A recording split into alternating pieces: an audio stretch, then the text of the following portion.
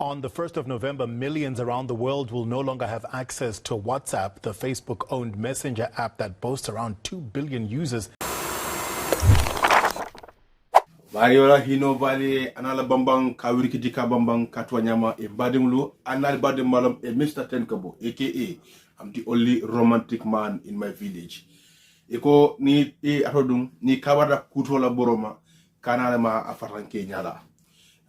Tonya de komantu jande dibodunda jan menkela WhatsApp la fandato molu jakalta only few hours jama fembabe ko 5 hours.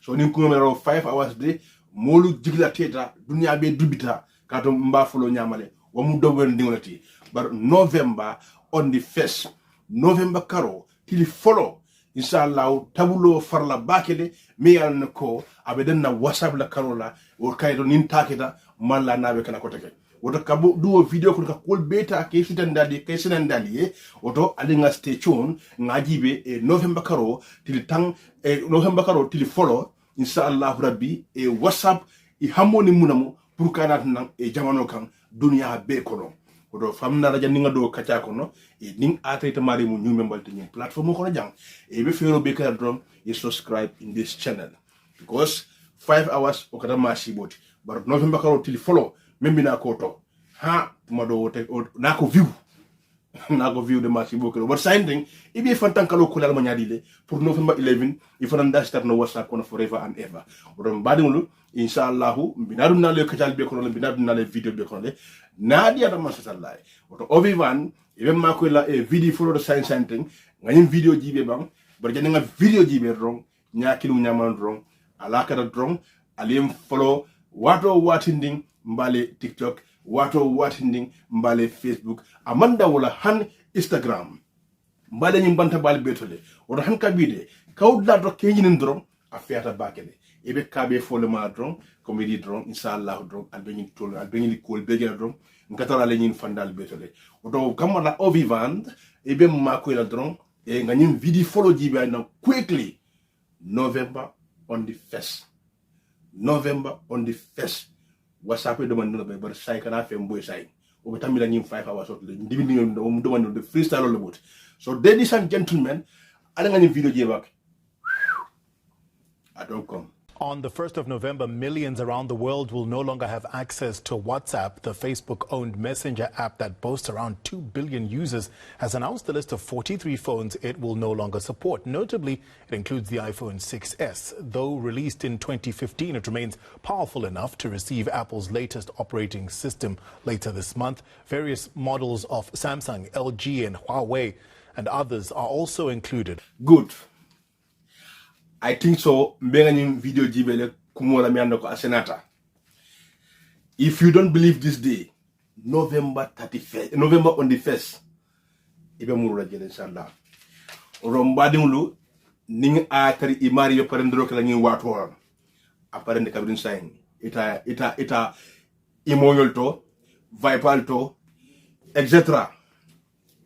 So I lam nga jan demanding ngani manu Faraman Sandale bang, who is this Mark? So left right hand who is Mark Sugar Babe, I don't know.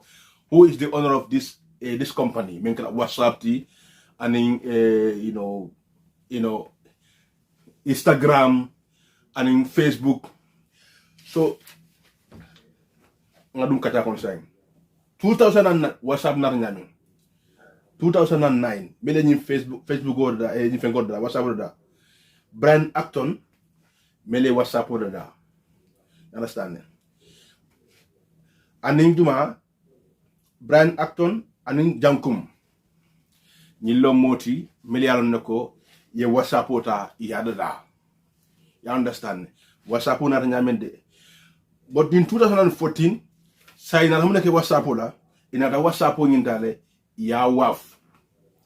So ya waf juma ma olo mam suka bib Mark Superbig. Yeah, sorry. Mark Superbig. Atolo modi mi anoko atam WhatsApp ti, atam Facebook ti, and then Instagram. Understand? Bara WhatsApp ni, I WhatsApp damban samena. O company don matalti.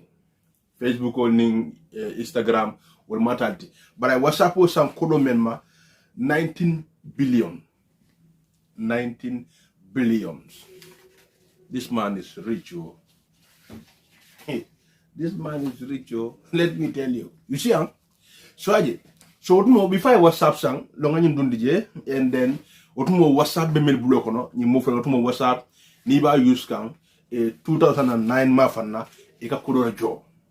You pay money every year eka $1 jole. $1 every year. But kabrini manu na sang saying I WhatsApp ka firiati. Wala kin nang mo jamana sembo to ka possibility ta ke bumbum e WhatsApp la fandato. Wala kin da WhatsApp mo na sia anata popular dunia kono dunia be kara use. You understand? Because munamu saying koditi attack firit. But when they can use every year, you pay dollars, you know what I'm saying? So that dollars say I give a sign come walati was sang, you know, you kodiba katana 19 billions la and after WhatsApp okay firit. You understand? This man and WhatsApp okay firit come ko anyaja screen or nyaming. You manke chahan koditi ndintene. People have money.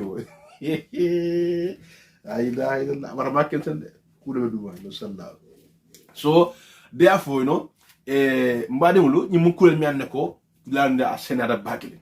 Wodo han kabide mbe mbordal ko tekeno ngana kacha do fanta ka je senandali again November 11. Sorry. When November 11. You understand? November on the 1st. November karo signing kan among karisislam.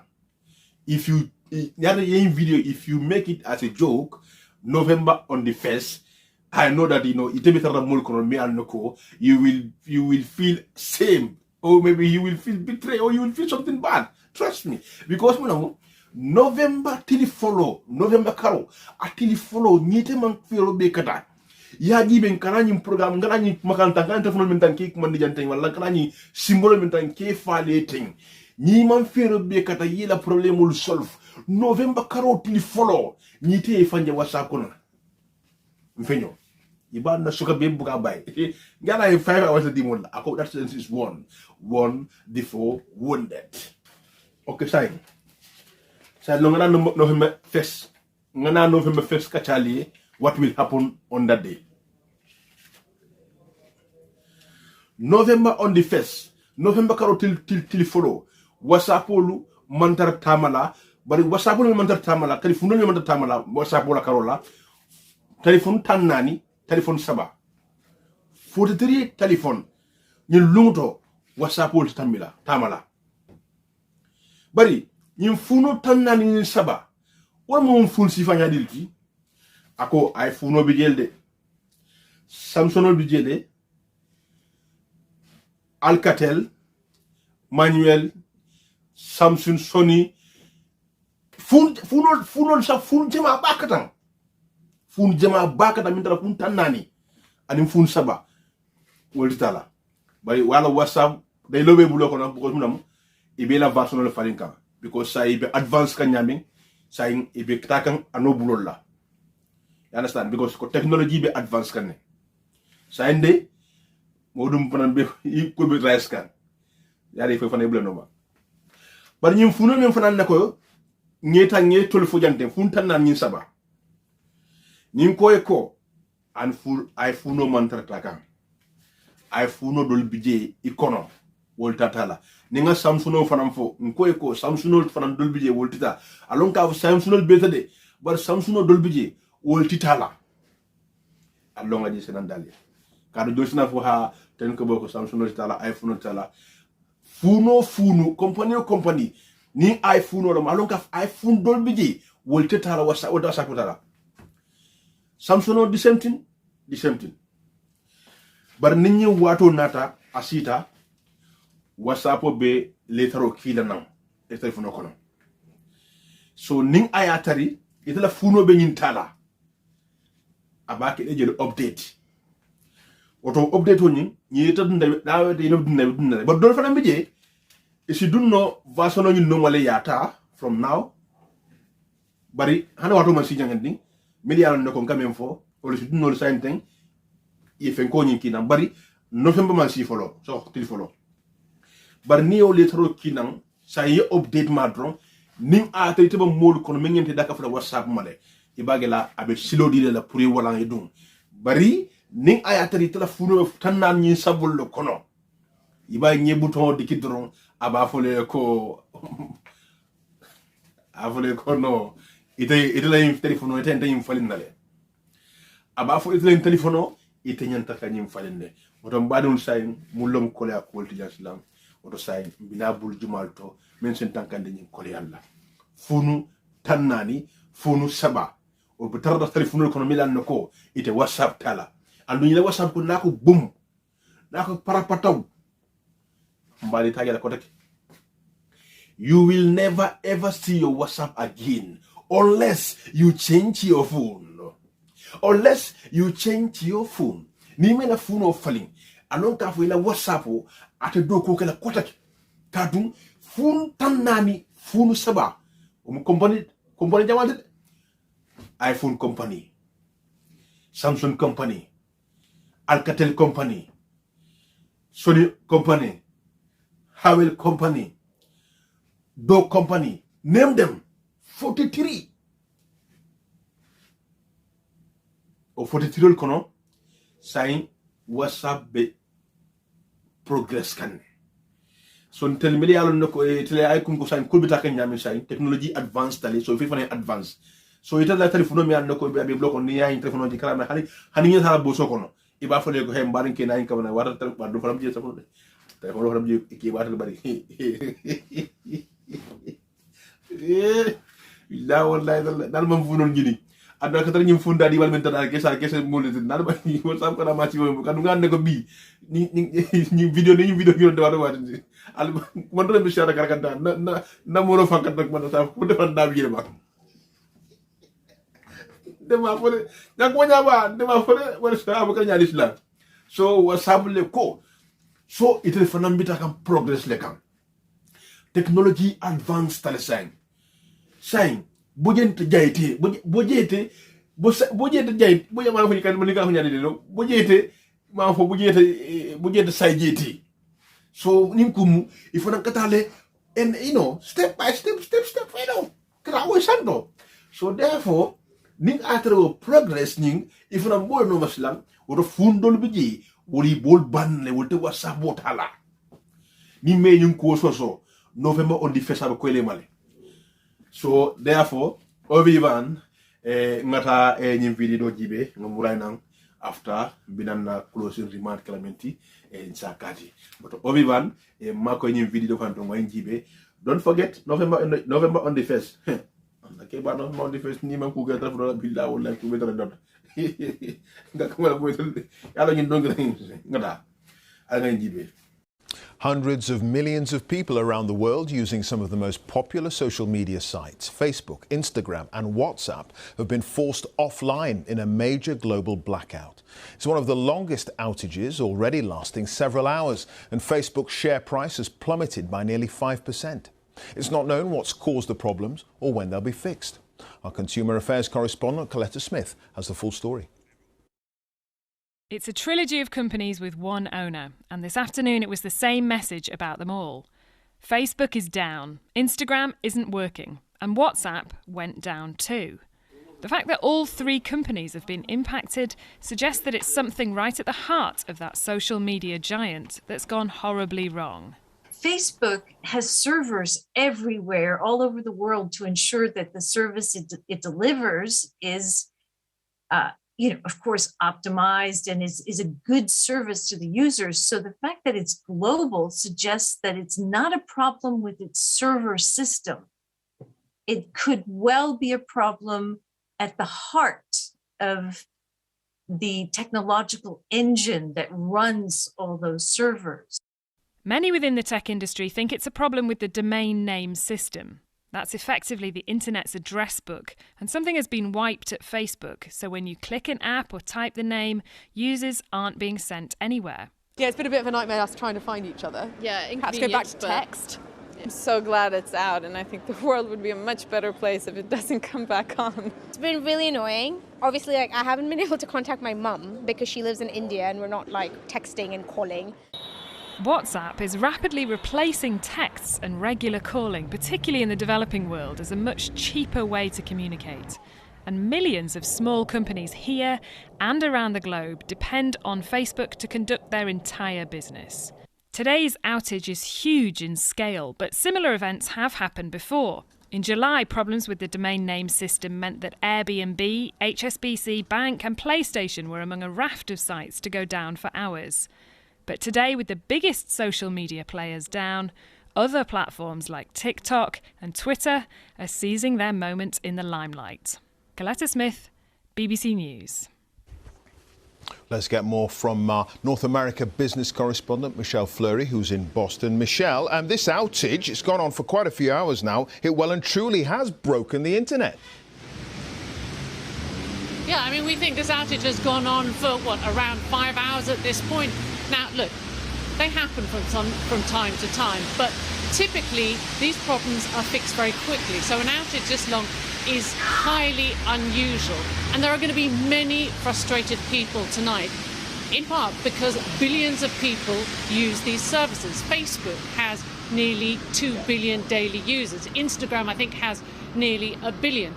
The damage to the company was reflected in the share price, which closed down nearly 5%.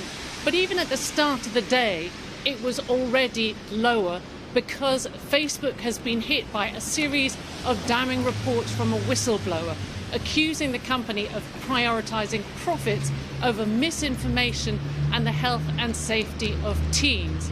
Now, that whistleblower, Frances Haugen, is due to appear before lawmakers on Tuesday to testify about Facebook's impact on teens. We've already heard one senator compare Facebook to big tobacco in the way that they draw in teenagers and cause them harm. So a bad week already for this company. OK, Michelle, thank you. Michelle Fleury there live in Boston. You see, 5 hours. Dunya be dibita. Modo ni la wife mi le problème o hono. Do la appointment ol tinyata. Do ni yel peñenta bennale. Do crédit ko problème o ni WhatsApp en ku we Allah akbar. Allah akbar Mac. Mo killing. Adunya be dunyo ko mo killing. Mel fanan ko audio barande ka ndron ni ko gorol tindi wol be wata misle ya ni WhatsApp be jaro ken ay lalo ken yaro ken communication no because say dunya be le sonde nyoka mo killing dunya ba bulo ko nday dunya ay buzon killing terke dro mo be iblan defa wala waro mena yendi bo dum nefa nda fa na wala so bakata no ndara kede ko sam sinya sama mi da bi ko da kede ko ante. Yes, nakede ko man na tamen ko so lankata la ndara makero do hanga so ko en nafen ko ko murindima kiti kada man so hanga so daga action ko danka billahi ngay tibe lo wunya ha so moliya wonte bot lo nga pour kana den neno if you see beating on that day hay babu aklo da yente diandi jele sa non te fa alhamdulillah sa ngam fa so sa no sa yeah. So therefore, kiri kara nana eske bu ngana mbakale jadi ka 5 na because ko ha ko la boyla mo kan te kala pi no because of credit because ngai credit go am na wasa fu man na ba bi fu takala ka ko sa problem ko wot mo yente problem le til seba man ta do ko lan karol ni sagnol be ben diminka yente bu fama bella pompetero jabo laji aji ten nyolu yente la pol bella la ga mbala mutemo kan dimi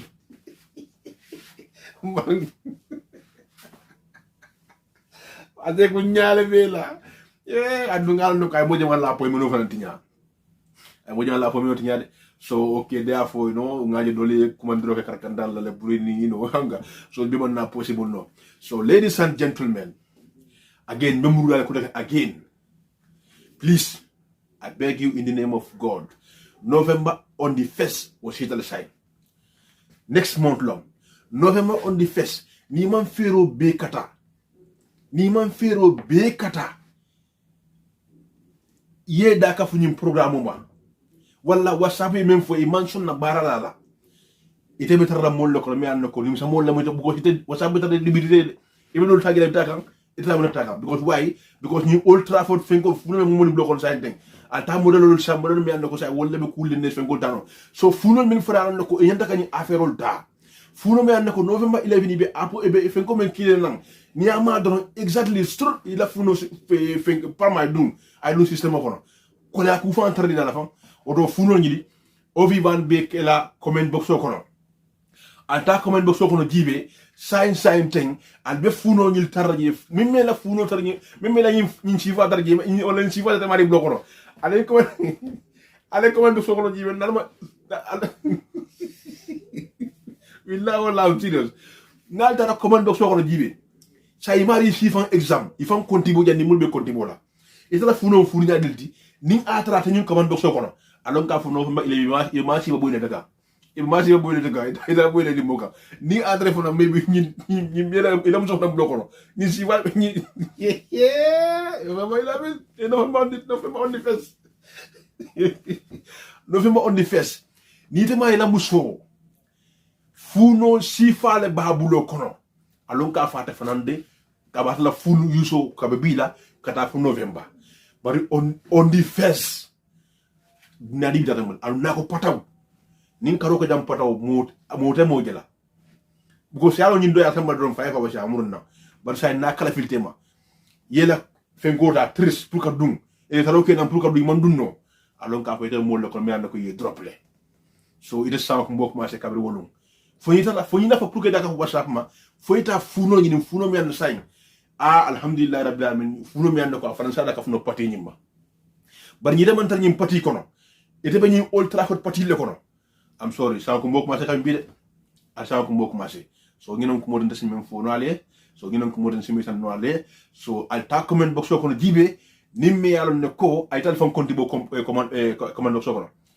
comment box ko no telephone konti bo je imari be nyangen di ba on je jandika fu November on the face e be nyangen di ni comment box ko no jibe fu non milan ne ko ye banne melti tala melti WhatsApp yus la ko ke fo yan ni illa mi din alta comment box ko no jibe so ngina nak mo simi tan dal nano for more information again mina murana na ko deka pour kala kacandi pour kay tan dal la ko bilar nyaadi le wona lo kum na lo 50 hanga to nya bi je we can joke we can fair but sometimes kan gono tan dakke hakli mandi pour membe kering pour ñun no fi mbakana mol bitri dami kadu ngal ko no fi mba on the face be mo ñal bitri de wala ken tan ko wala wato beta pour kana na sanyo be dimi kan karol to nya bude bakal men na WhatsApp fe ko samba ndanga na fo kede ko rom yalla ma ngi kede ka karana ka lapi ha billah wallahi so November on the face nin men lefte da ka fa WhatsApp ma comment box ko te fam konti boje nin a traita la funo man tan ñim funo kono sans ko mbo start kabin sande ni mano a train so therefore goodbye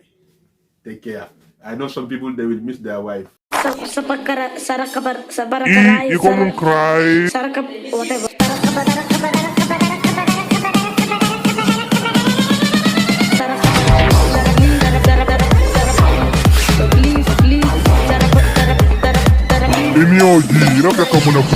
I learned to say subscribe. Okay, thank you. Kula yere jismani follow.